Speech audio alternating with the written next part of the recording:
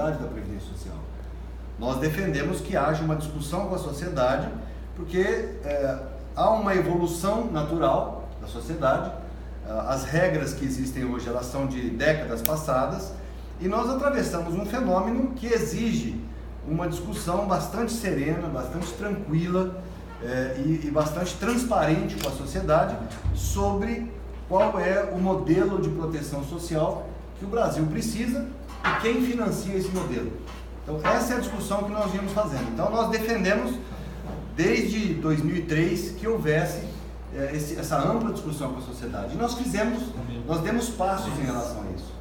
Em 2006 o presidente Lula instalou o Fórum Nacional de Previdência Social, nós fizemos uma reforma do servidor público, depois criamos a Previdência Complementar do servidor público, instituímos o teto igual para todos os regimes. Hoje, qualquer servidor público, para qualquer carreira, seja juiz, seja médico, advogado, atendente, qualquer carreira, quem fizer o concurso vai se aposentar com o teto da Previdência Social. Então essa foi uma mudança que foi instituída através da PEC 41 em 2003 e depois a regulamentação em 2012, já no mandato da presidenta Dilma. Mas é preciso avançar na discussão. Nós temos 3 fenômenos que nos impõem desafios. Quais são? A transição demográfica, as pessoas, a nossa população, ela está envelhecendo, nós temos uma redução da quantidade de filhos por mulher. O IBGE projetava que nós chegaríamos em 2020 com 2 filhos por mulher. Nós chegamos em 2012 com 1,7 filhos por mulher. Então isso, você reduz a taxa de reposição da sociedade. Nós teremos menos jovens no futuro. Isso impõe um desafio para o equilíbrio entre contribuintes e aposentados. A relação de dependência, ela fica afetada por essa redução da quantidade de filhos por mulher. E o último fenômeno, que é a longevidade. As pessoas estão vivendo mais. Isso é bom.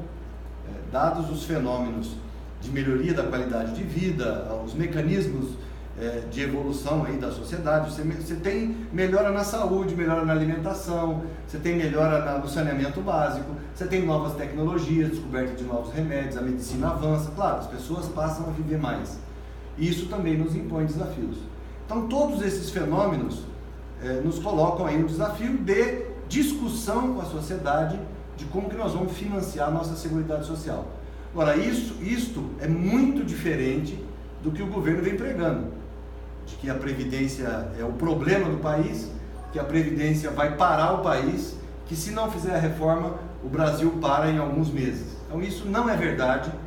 O nosso modelo, ele é adequado à situação do país, ele é adequado ao conjunto de desigualdades que nós temos. Nós temos desigualdades regionais, desigualdades sociais, desigualdades econômicas, culturais. E essas desigualdades, elas só são reduzidas na medida em que você cria políticas sociais que combatam essa desigualdade. E Previdência Social é uma dessas políticas. E o governo, para justificar esse saco de maldades, ele distorce os números. Ele diz que há um rombo enorme na Previdência Social. Ele mistura a conta da Previdência Urbana com a Previdência Rural e ele omite os números da Seguridade Social. Então nós temos, pela Constituição, começando pelo artigo 194 da Constituição, nós temos a consolidação do sistema de Seguridade Social, que é Previdência, Assistência e Saúde. E na mesma Constituição, você tem o estabelecimento de quais são as fontes de financiamento. E o governo retira parte dessas fontes de financiamento. Para você ter uma ideia, o governo retira 30% de toda a arrecadação da Seguridade. Se está quebrado, você não pode tirar a receita. Então o governo tira 30% da arrecadação e coloca como despesa da Seguridade despesas que não são da Seguridade. Então, obviamente, aí a conta não fecha. Por isso que ele mostra um número onde apresenta um déficit, mas que é distorcido pela colocação indevida de despesas que não são da Seguridade pela retirada de receitas que são da Seguridade. O que é estranho é esse atropelo tão logo. O Michel Temer assumiu já mexendo com as reformas trabalhistas e agora da Previdência. Por que essa pressa toda? Então, nós vimos debatendo isso e dizendo que esse assunto ele é muito sensível. Uma política que tem tanta abrangência na sociedade, que protege o homem do campo, o homem da cidade, a dona de casa, o desempregado, o cidadão, o pobre deficiente, o pobre idoso. É um conjunto de políticas que é muito sensível.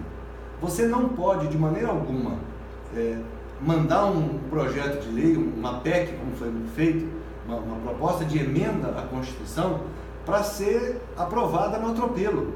Só para você ter uma ideia, esse conceito de seguridade, ele ficou 2 anos sob debate. Ele veio sendo construído desde o século passado e na Constituição de 88, os constituintes ficaram 2 anos debatendo o financiamento, quais são os benefícios, quais são as receitas. Então você não pode, em alguns meses, desconstruir o que é o fruto de uma reivindicação de décadas e de 2 anos de debate por uma Assembleia Nacional Constituinte. Nós entendemos que é totalmente equivocado. É por isso que nós temos dito que com este projeto não há conciliação possível. Nós não aceitamos conciliação com esse projeto. Não adianta você fazer uma emenda aqui, uma emenda acolá, que não conserta. Ele está errado na origem, porque ele foi feito sem debate com a sociedade. Ele penaliza só o pobre. Ele não mexe com a estrutura de financiamento da Seguridade. E eu vou te dar um exemplo. Como que você pode propor a retirada de direitos do trabalhador rural, do segurado especial, do idoso pobre, do deficiente pobre, e você não cobra as dívidas das grandes empresas que devem para a Previdência Social? Nós sabemos que tem quase R$500 bilhão. Tem 500 bilhões de reais de créditos para serem cobrados. E o governo acena com um perdão de parte dessa dívida.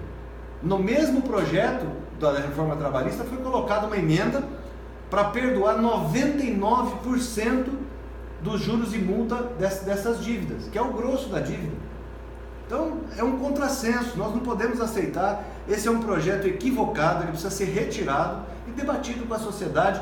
Quais são as políticas que são adequadas à sociedade? Quem é que financia? Nós vamos começar por onde? No nosso governo nós começamos por debater o financiamento. Quem são os devedores? Quais são as renúncias? Quais são as empresas que não pagam? Quais são as empresas que são isentas de pagar? Quais são as empresas alvo de desoneração da folha, para a gente reverter essa desoneração? Enfim, você tem uma série de medidas que são básicas para serem tomadas, antes de você discutir se vai mexer ou não na regra de aposentadoria. Então, nós não concordamos, nós achamos que é um total exagero, é descabida a proposta, nós não concordamos com ela e estamos fazendo debate em todos os locais possíveis. Eu já estive em quase todas as capitais do país, em assembleias legislativas, em câmaras municipais.